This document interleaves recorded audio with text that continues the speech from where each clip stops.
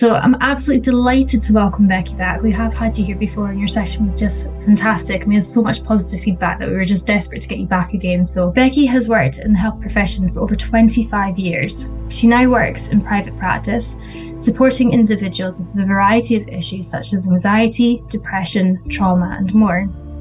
Becky studied psychology and worked as a parenting coach for many years, helping families build positive relationships and navigating the challenges of parenthood. She also set up and ran a business with a colleague called Behaviour Matters, which provides training to schools around understanding behaviour and using a restorative approach to build positive relationships, as well as community and connection.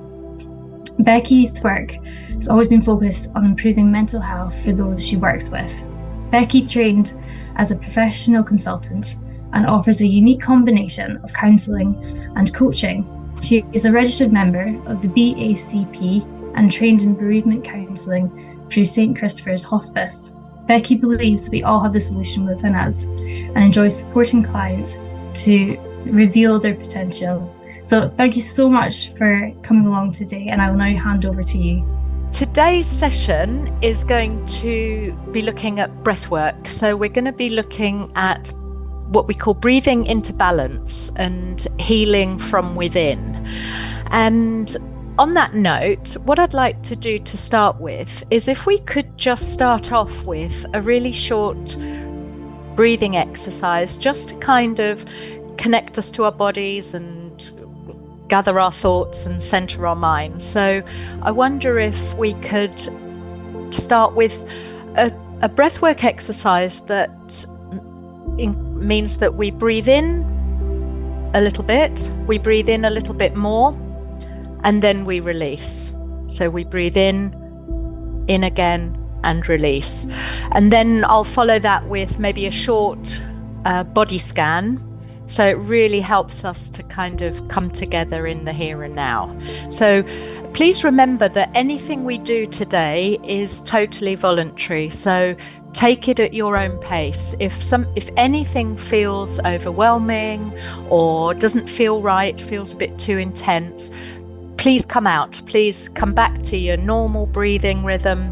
Just come back into the room, center yourself, ground yourself. But there's going to be a few interactive exercises where we kind of just try out different breathwork techniques, and we'll kind of go into why they work and how they work in a little bit. So let's start with this exercise. So we're going to be breathing in a little bit more, and then release. So we breathe in a little bit more, and we release. We breathe in a little bit more, and we release. And if we can just start to come into our bodies, and we'll do a very short body scan. You can either lower your gaze, close your eyes, make yourself comfortable. What we're going to do is just start with our feet. So we're feeling our feet on the ground. If you're sitting, your feet will be on the ground. If you're lying down, your feet will be supported by the bed. Just noticing. We want to really just notice our body in this moment, what's going on. So just a gentle awareness in our feet, being held by the earth. Then we're going to move up our legs, through our lower legs, through our knees and our upper legs, into our pelvis. And again, if you're sitting, just ground yourself on your chair. Feel that safety, being held securely. If you're lying, again, being held. Moving up through our torso, relaxing anywhere that feels tense, up into our chest and into our neck. Then becoming aware of your right shoulder, moving down through your right arm, your upper arm, your elbow, your lower arm and into your right hand.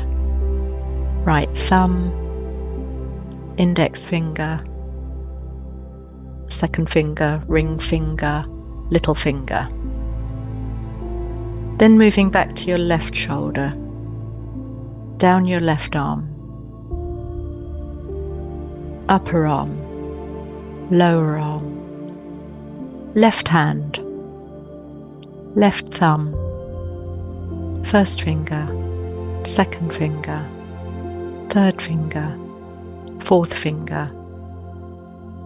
Then up through our head, so really noticing your neck and your head, relaxing your eyes, relaxing your mouth and the tongue inside your mouth, up through your forehead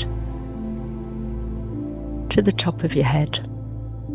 Now just being aware of your whole body being here.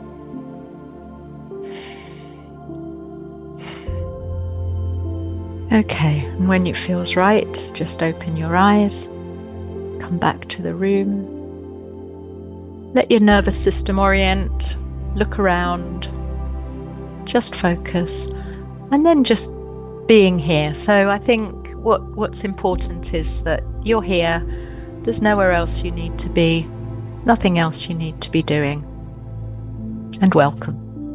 So let's look at what we're going to be looking at. So as I say, the focus is on breathwork today. And breathwork and breathing, it's an interesting topic because you kind of seems like such a natural thing that we do it all the time, right? What's special about it? But breathwork and breathing is actually a superpower, and it's a superpower in many ways because it can support us with many different systems in our body. So today we're going to look at nervous system, we're going to look at the immune system, the detoxification system, and how it can help with energy production. And there's a lot of people that spend time and money researching breathwork. But not only recently, it's kind of been important for thousands of years, and certain communities it's been more important than others. For example, in India, the ancient kind of tradition of pranayama.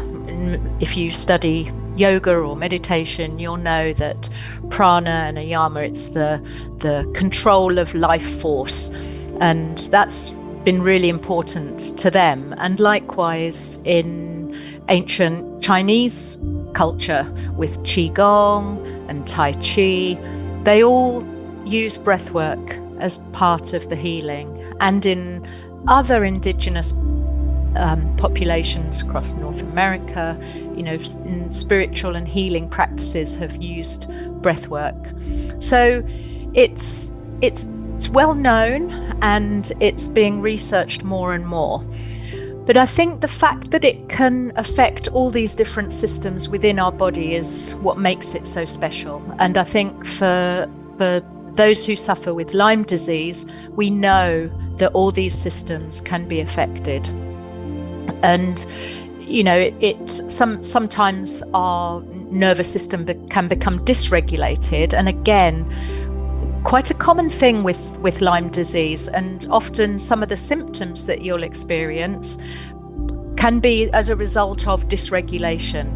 So what we're wanting to do is not give you a quick fix, as it were, but to support your body to find balance in order to heal the best it can.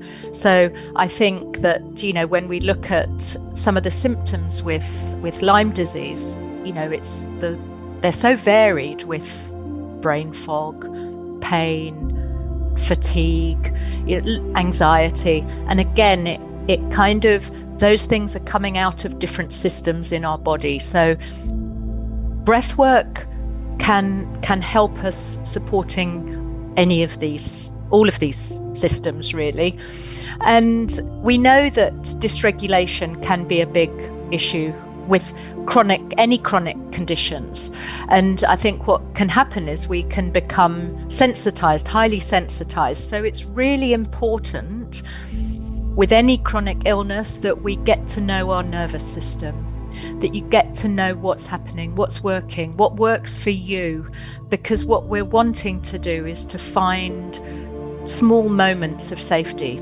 We want to be able to regulate our nervous system in order for it to calm and be in a place that we can rest and repair to its best ability. So breathwork is there's lots more benefits to breathwork than just keeping us alive. So we're going to kind of do a few exercises. Again, like I say, take it all at your own pace. Dip in, dip out. It's totally up to you. Or just listen and take away what works for you. And if we're thinking about the nervous system dysregulation, we're going to look at something called the polyvagal theory to give us an understanding of the nervous system. And this will build on what we spoke about in our last session. So those of you who were there, it kind of adds to that. Those of you who weren't there, this will give you a good overview of our nervous system and what can happen with chronic illness. And then finally, we're going to look at acceptance. So we know that with chronic illness, it comes with a huge amount of emotions as well. I think the physical aspects of it can also lead to so many different emotional aspects of it. And we're going to look at a model called RAIN. I know you've had some talks on acceptance, and I'm hoping that this will tie in really nicely, because RAIN offers us like a self-compassionate view of working with our symptoms. So it'll bring together what you know about acceptance, but also what you've heard about self-compassion as well. So we're going to start with the nervous system. So why do we want to work with the nervous system? And it's, as I explained earlier, it's really important.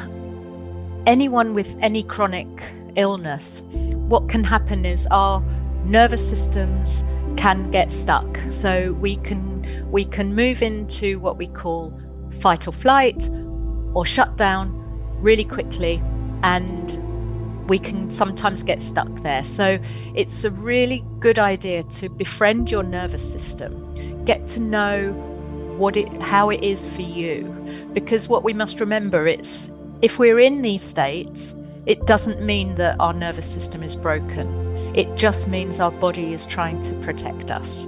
And I think we spoke about this in the last session about the kind of development of our brain. It's evolved in thousands of years, and it's evolved because we've been aware of dangers. If we're not aware of danger, then, for example, way back when in the caveman days, there was a rustle and a saber-toothed tiger pops out. If we hadn't run, we would be dinner.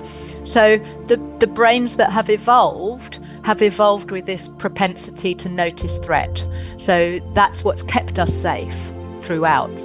But it sometimes can work against us. So this is where we must get to know our nervous system, because when it becomes stuck, then it's harder to recover. It just makes it a little bit harder to recover, but it also means that symptoms can feel a bit more overwhelming.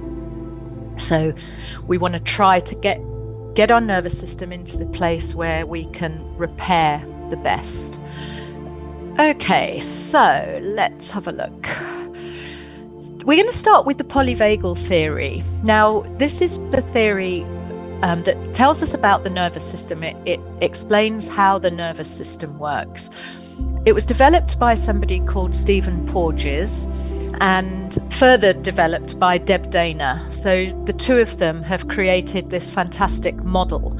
And what it suggests is that we have 3 states that we move through during the day. And we constantly moving through these states backwards and forwards. The 3 states start with the ventral vagal.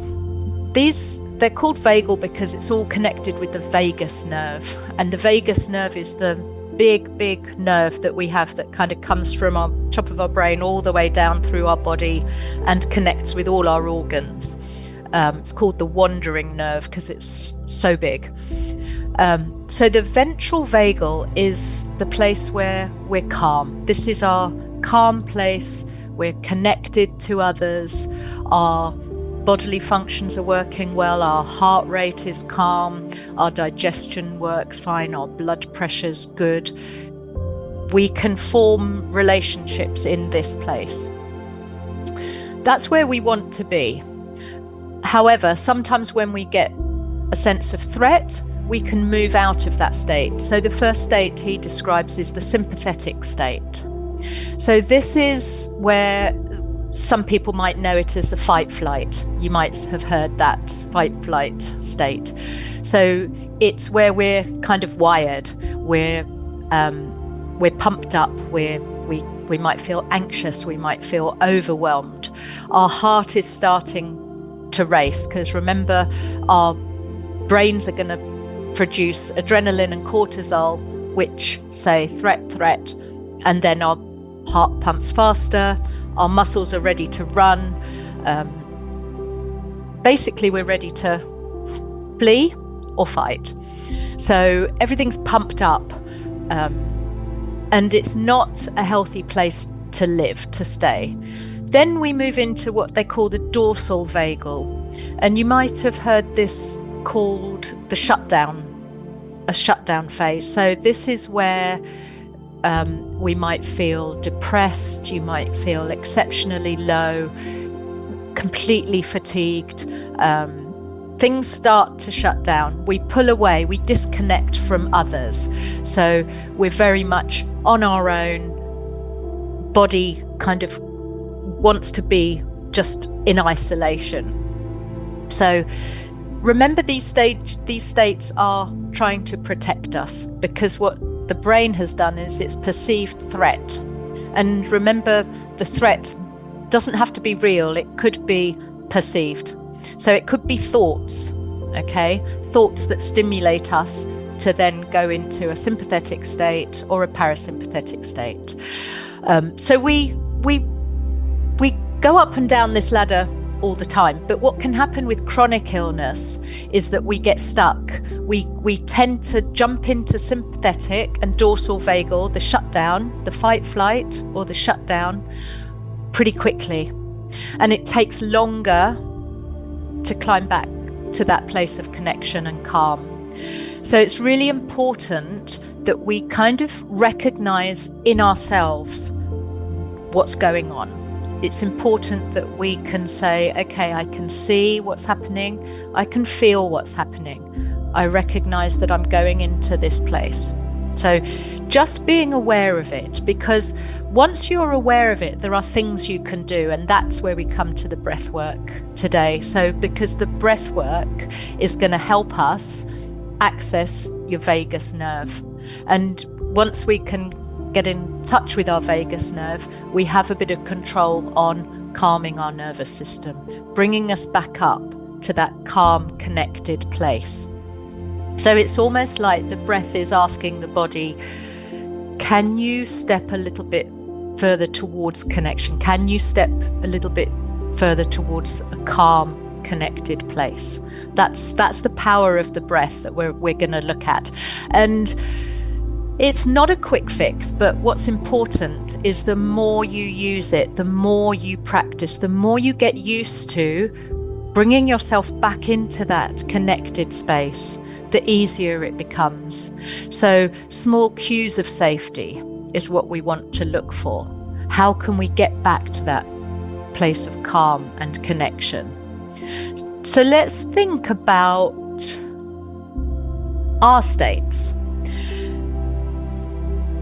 What does it mean for you? Because that's important. It's all very well and good me saying, well, this is how you should feel in each of these states, but how does it feel for you? Just take a moment to think about what comes to mind. Think about the body scan. You know, how was your body feeling? What was going on internally? Sometimes it's good to kind of go inside to recognize what state we're in. You know, what words are coming up? What images are coming to mind? Is the is there one state that you feel you spend longer in? Does one state say, actually, yeah, that's me a little bit. I kind of see myself here a little bit more than there. So and I think this is really important that we do these check-ins. We know our own nervous system, and we know when we're starting to get dysregulated, because as soon as we're aware of it, the noticing is the first part. The noticing is the really important part. And then we can do something about it. Because if we don't notice, it's actually harder to come back. But as soon as you start to feel yourself becoming dysregulated, actually, what's going on? What does that feel like? So just be aware there's no right or wrong here. It's just how your body feels. And we're going to come back to this. So keep it in mind. But it's not about fixing. It's just about befriending your nervous system. And when we come on to the acceptance exercise at the end, the RAIN exercise, again, if some of these emotions that are coming up, keep those to hand, because those are the emotions and the feelings that we can work with in that. So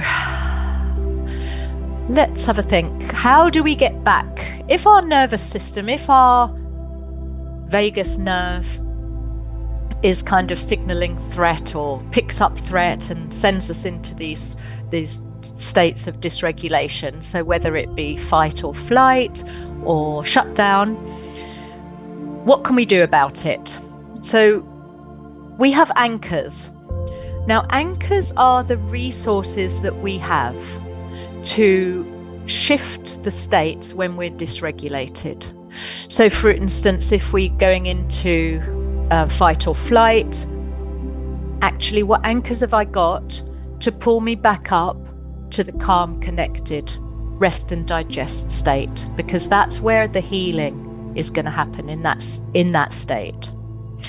So these are stable sources of hope and comfort that we have access to. And again, these are completely individual. There's no right or wrong, and we're all different. So I've split them up into these 4 areas: the who, what, where, when. And it's quite useful for you to identify, I think, what helps you regulate, what helps to bring you back into that place of calm, into that place of connection. And the who is the person or the people who can help make you feel calm. And it might be a family member, it might be a friend, like I say here, a spiritual figure, could be somebody that's far away, that is close to you. You might find actually that you're best by yourself.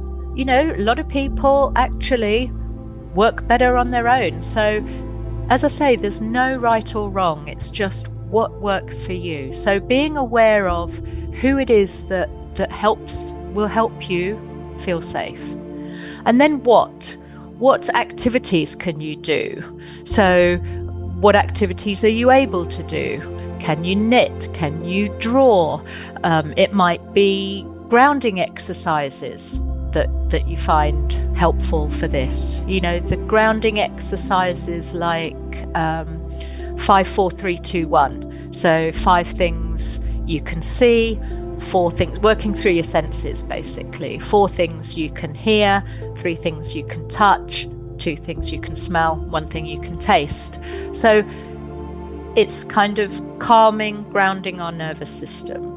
And breathwork will fit in here actually. So breathwork is an activity that we can do. And the good thing about breathwork is that you can do it anywhere. You know, you don't even have to take anything with you. You've got it with you all the time, 24/7. Where? So this is a place that you could feel calm, somewhere that you feel connected. So for me, it's nature. For me, I'm a trees person. That helps me feel safe and calm. But for different people, it could be different places. So it might be a place that you can go to.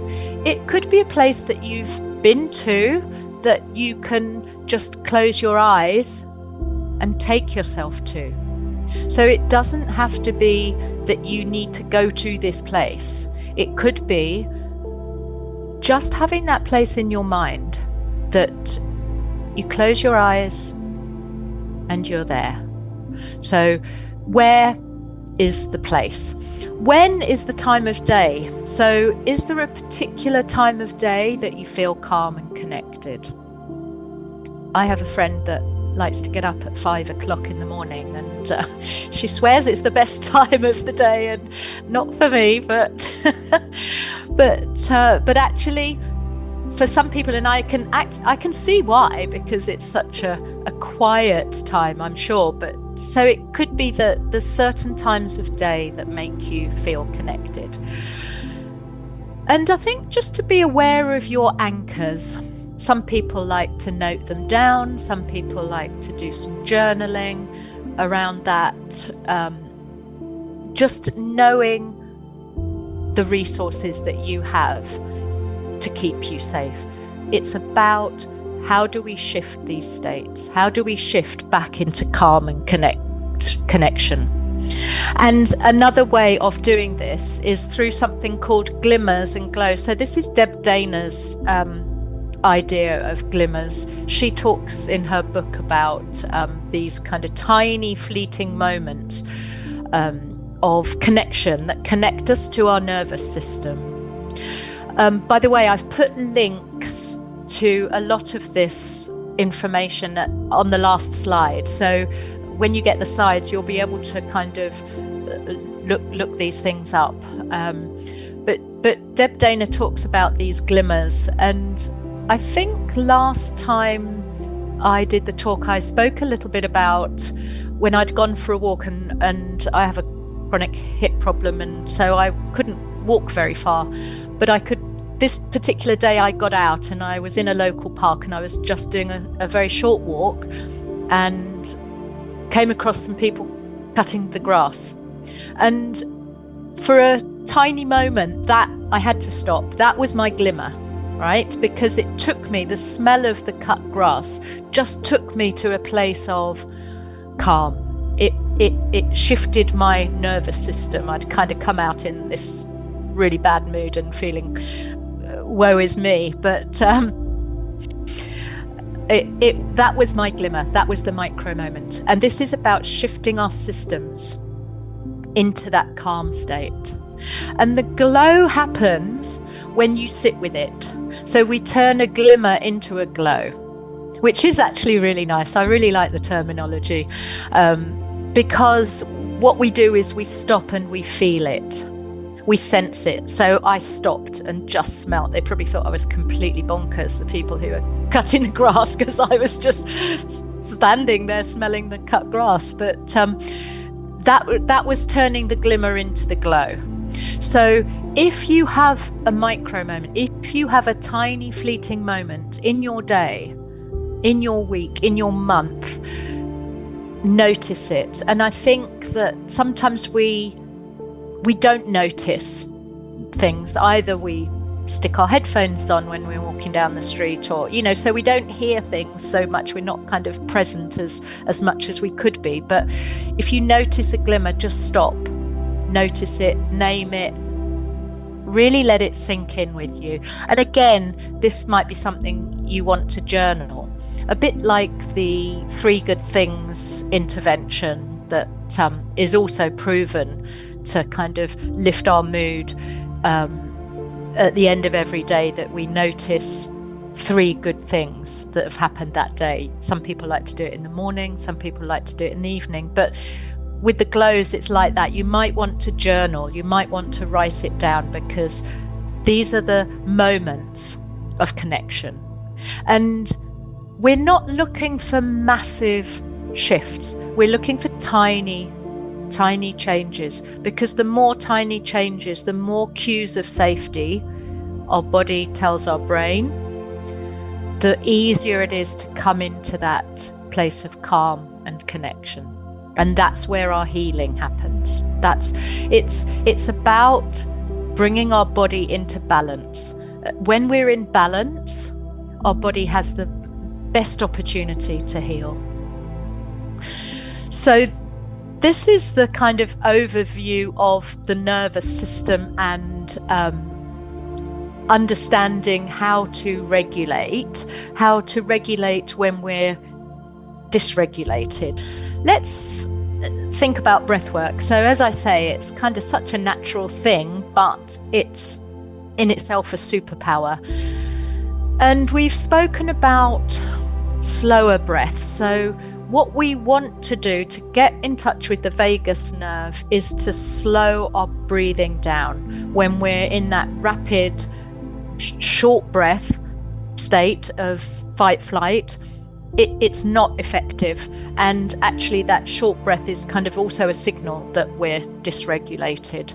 So what we want to do is to slow our breathing down. And for the vagus nerve, we really want the exhale to be longer than the inhale. And that will stimulate the vagus nerve. It sends a signal that actually it's safe to relax. So we just keep in mind slower breaths and longer exhales. So, last time we in the last session, we practiced the 4-7-8 breath, which is where you breathe in for a count of 4, you hold it for 7, and you exhale for 8.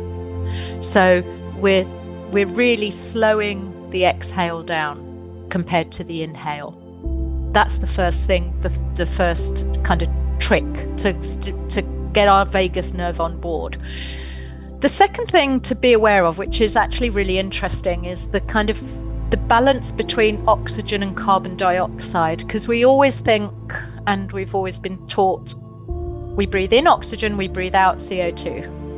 Yes, that's respiration in itself. However, if we're breathing rapidly, if we're breathing short breaths and we're breathing rapidly, we're breathing out too much carbon dioxide, because we actually need carbon dioxide for us to absorb the oxygen. It's a really weird thing. It's called the Bohr effect. If you're nerdy, it's interesting. But what happens is the CO2 allows the hemoglobin. It alters the pH of our blood, basically. So it allows the hemoglobin to release the oxygen. And if you don't have enough CO2, you're breathing in oxygen, so you're getting the oxygen into your lungs, but your body isn't releasing the oxygen into the cells. And I think that's really interesting when we think about Lyme and fatigue, where energy production is a real issue. This point is kind of critical for the energy, because we want as much oxygen into the mitochondria as possible, because we need that energy to be happening in all of the cells. So that's another reason why we slow the breath and we slow up the exhale, because we're keeping hold of the carbon dioxide. And then there's nasal breathing, so breathing through our noses. And for some of you probably do that already. You probably do it without thinking about it, but others might not.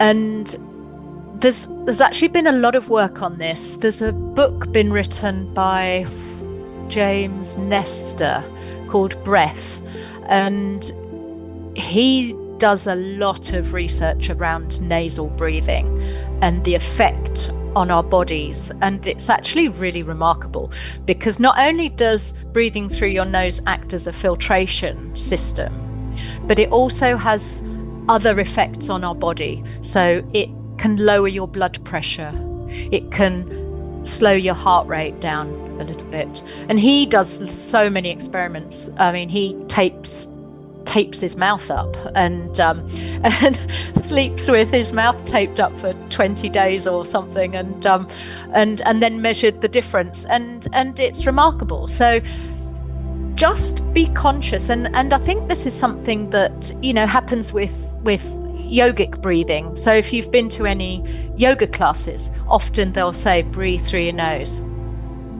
And so all of these three things, so slowing up our breath, becoming aware of our oxygen, and the balance, basically, the balance. And with everything that we talk about today, it's all balance, the balance between oxygen and carbon dioxide, and the nasal breathing.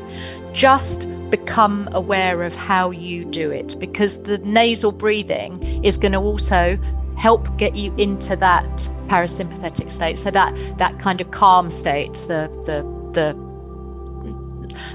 the rest and digest, should I say, state. So nasal breathing is useful to try. Okay, so let's think about breath work.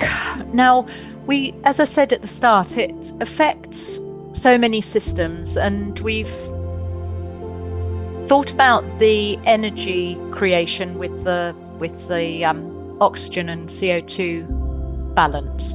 But let's think about the immune system. So when we become ill, when we get an infection, our body's first reaction is it leads to inflammation. And when we have the inflammation, then the body releases these little things called cytokines, which help with the healing, and then they disappear normally. However, with chronic illness, we know that there's ongoing inflammation, our immune system isn't working as effectively as it should, our immune system's overactive, and these little cytokines don't disappear. So therefore we get more fatigue, we get more pain, we get more brain fog, all those things. What they've found is that the slow and rhythmic breathing, deep breathing, can help reduce markers of inflammation. So just slowing up our breath is the first thing. And actually what we're going to do today, what we're going to do now, actually, we'll do an exercise with 5-5 breathing. So what we're going to be doing is breathing in for a count of 5, out for a count of 5, but we're going to be breathing into our stomachs. So we're going to be breathing deeply, and I think this might also answer one of the questions from earlier. How can we do it better is practice using your hand. So what I would suggest is a hand on the chest and a hand on your stomach, and we want to be breathing into our stomachs. So often we breathe into our chest. If you kind of think about your normal breath, we kind of often just are up at the top. So we're going to go into this, and we're going to just, again, it's completely voluntary. Take it at your pace. Come out if it's too much. But if you're up for it, find a comfortable position. Maybe lower your gaze, close your eyes. Just bring your attention to your breath. Now we're going to try to breathe a little bit more deeply into our stomachs. And we're going to breathe for a count of 5.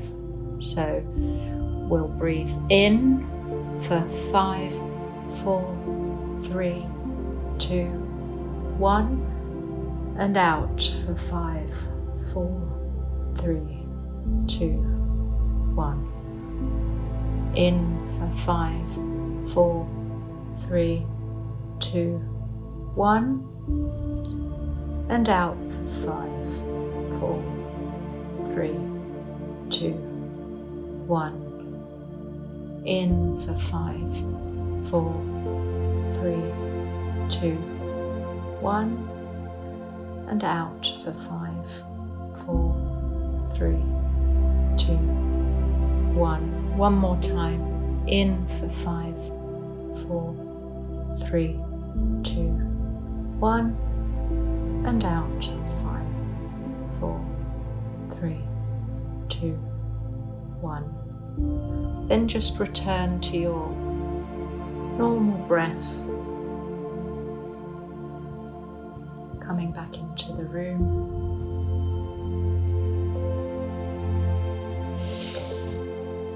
This is a good one for us to just build into your daily routine. If you get a chance, 2 or 3 minutes, just slow breathing can be really effective for helping our nervous system, but also our immune system as well. And then we can use the breath work for regulating our nervous system. And as I mentioned earlier, we looked at the 4-7-8 breathing exercise last time, so we won't do that this time. But for those of you who weren't there, again, the counting would be in for 4, you hold for 7, and you breathe out for 8. So it would just start slow. This is about kind of titrating with especially with Lyme disease and other chronic illnesses. It's really, really important that you start slow. Just start with a couple of breaths. If that feels okay, the next day do a little bit more. So it's build it up slowly. But the 4-7-8, as I said to Joe, that's a great one for sleep as well. So when we want to regulate our nervous system, we're slowing it down.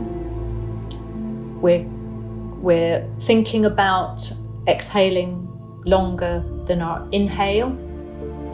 And the last one, which we can try to do today, let's try and do some of this. It's called alternate nostril breathing, and actually it's really interesting because it's said to have different effects. Whichever nostril we breathe through affects different hemispheres of our brain. So the left nostril breathing is meant to be calming, have a calming influence, and the right nostril is said to be more energizing. And anyone that's done yoga, or you might have done this in the past. So what it does is it alternates our breath, going in through one nostril and out the other one. So we block. You can use your thumb and your forefinger or your middle finger, and you're going to be blocking either nostril. So what we do, I'll talk it through and then we can try it. We'll start by blocking the right nostril and we breathe in. So we will breathe in through our left nostril, then we close the left nostril, open the right, and we'll breathe out through the right. And then we do exactly the same thing the other side. So we'll breathe in the right, close, out the left. Remember to build up slowly. If you feel this is too much, just block the right and breathe through your left, because that's the calming side. Okay, it's totally up to you. 2 options. So first of all, we'll start with a big exhale. Now, right hand, you're going to block your right nostril with your thumb. Breathe in through our left nostril. Block it with your finger. Open the other side and breathe out through our right. Now we breathe in through the right. Block both. Release left. Breathe out through the left.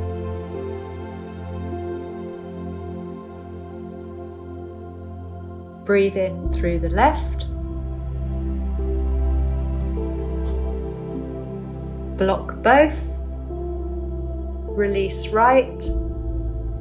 Breathe out.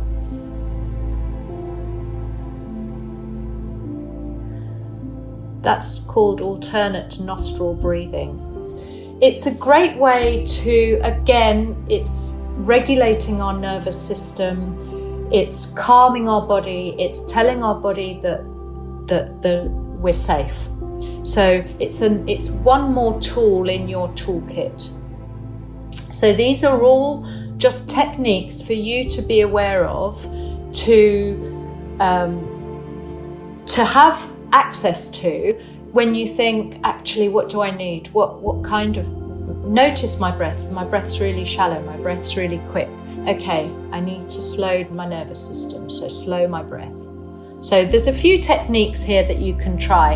And finally, if we're looking at our detoxification system, and again, this is kind of really relevant for Lyme people because detoxing is a big thing, right? So whether it's toxic load from infection or from treatment, there can be quite, your body can take quite a hit. And our detoxification system works through our kidneys, our liver. We take out all the impurities, but it's also driven round by our lymphatic system. And unlike our circulatory system of blood, there is no pump with the lymph system. So it works very much on pressure changes in our body. And what we found is that deep diaphragmatic breathing can help us to stimulate the circulation of the lymph, because what it's doing is it's moving our body, it's pressing, your diaphragm will be pushing down onto your liver, which pushes the lymph around. So it's another way to, breathwork is another way to help your detoxification system. And so this is where the deep breathing, when we're breathing, is why I say put your hand on your stomach, because often we don't breathe into our stomach. Quite often we're at the top here.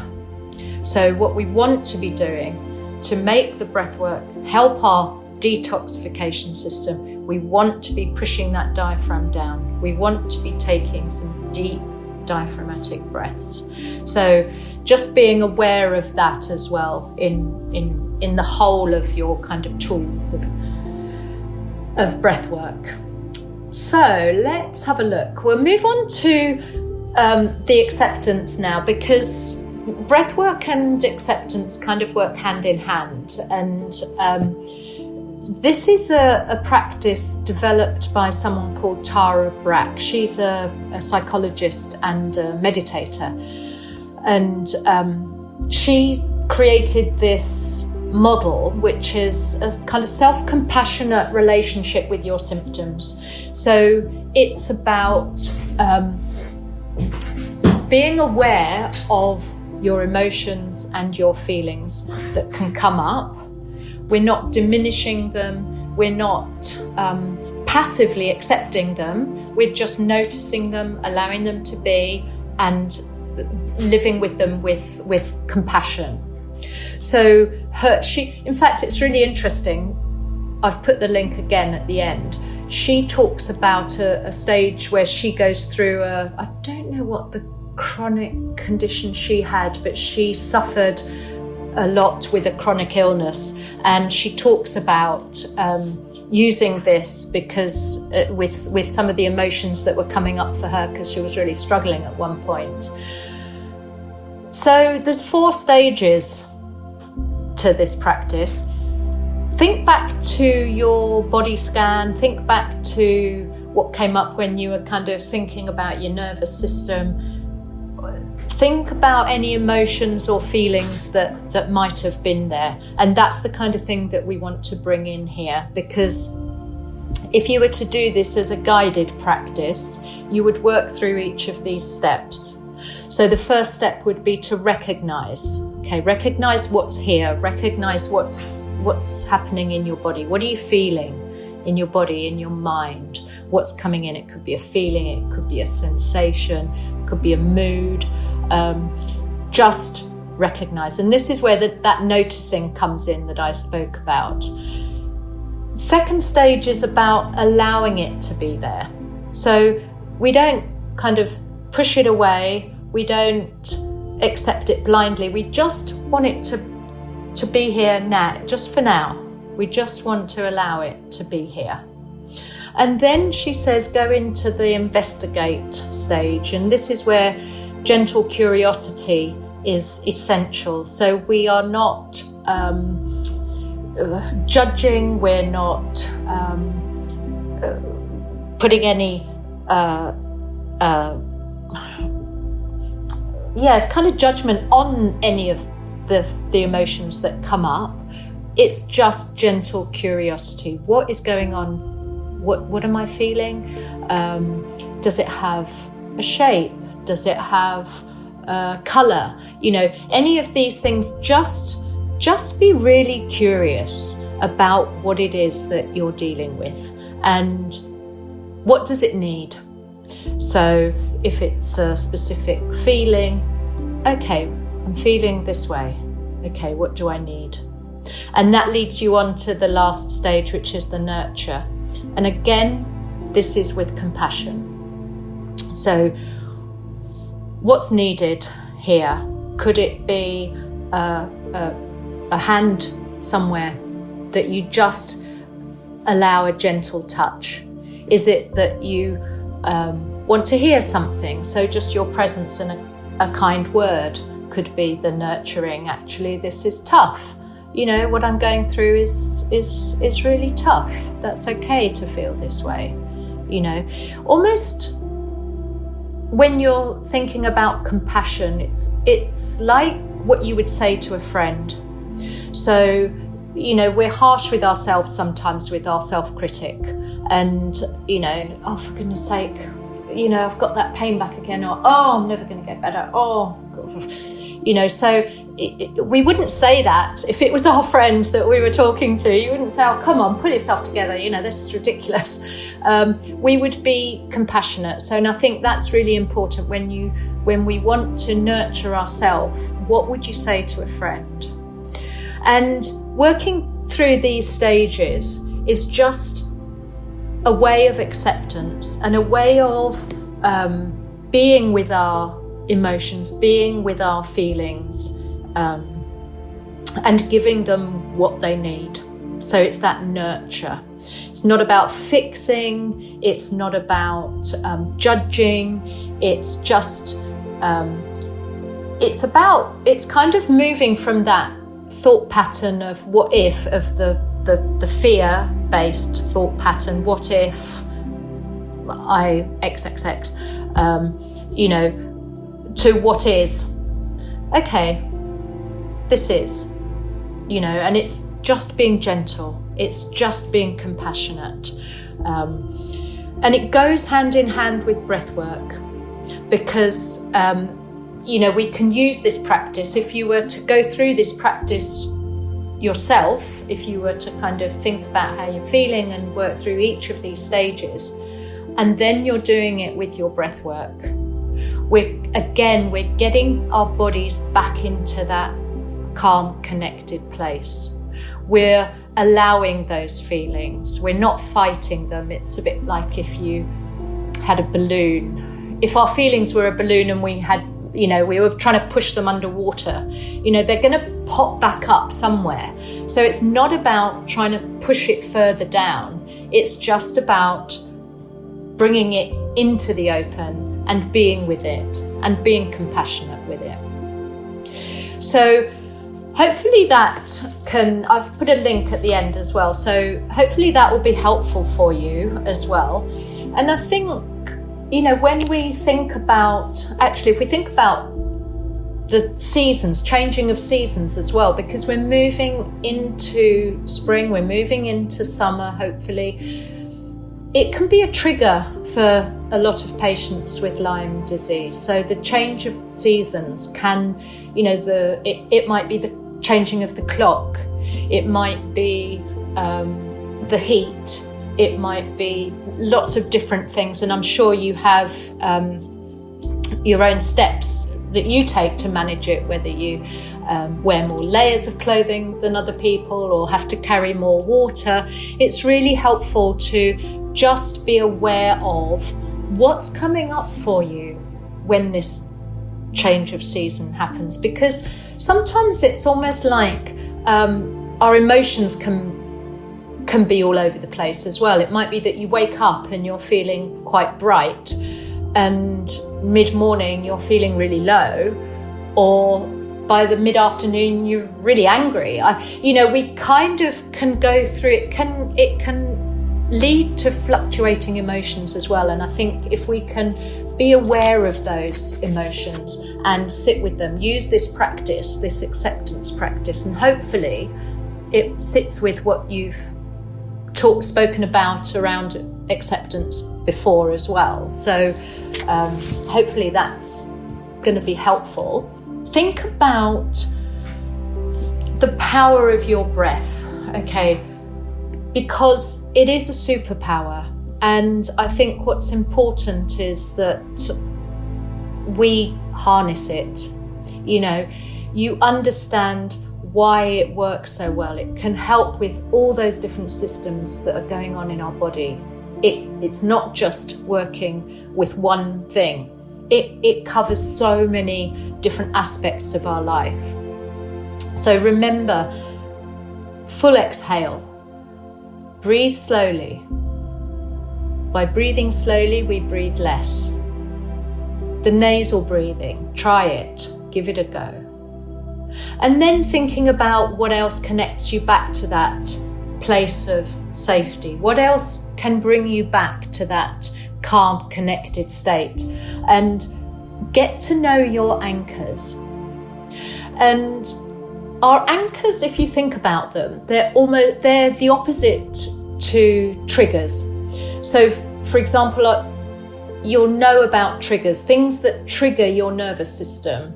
And again, all of these will be different for different people, but you might find that hospital appointments or medical appointments are a trigger, right? What happens is we start to do that cognitive processing and we go to the what if. So, what if I go to this appointment and last time I went it was this, or, so triggers can be stimulating and push us into those dysregulated states. And anchors are the complete opposite. They're going to bring you back. So really, really important to get to know your anchors and notice the glimmers. We said that often we kind of race through life, or we're so busy, or we're so caught up in our emotions that we don't actually notice the glimmers. So it's about really being mindful, coming into the moment and noticing just the tiniest moments of connection. They're your glimmers. And then using the RAIN practice to build compassionate acceptance. So just be gentle with yourself. And daily practice, if you can, is fantastic. So it doesn't have to be massive, it doesn't have to be huge, but if you can get into a kind of habit of putting this into practice every day, just doing a small breathwork exercise every day, 2-3 minutes if you can, 5 minutes if you can. Again, it might be something that you incorporate with a guided meditation. We have that Insight Timer app that's fantastic, and in fact that has tons of breathwork practices, lots and lots of breathwork practices. So if there's anything that you think, actually I need to kind of do that, it's a great way of, they talk you through it. So look it up. And so I think just to be aware of your nervous system. Be aware of what works for you and just kind of go gently. And maybe we'll just take a slow breath with your hand on your heart just to finish. So a nice deep breath.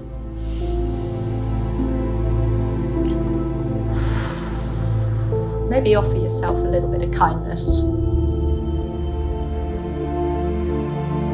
Thanks, everyone. Bye.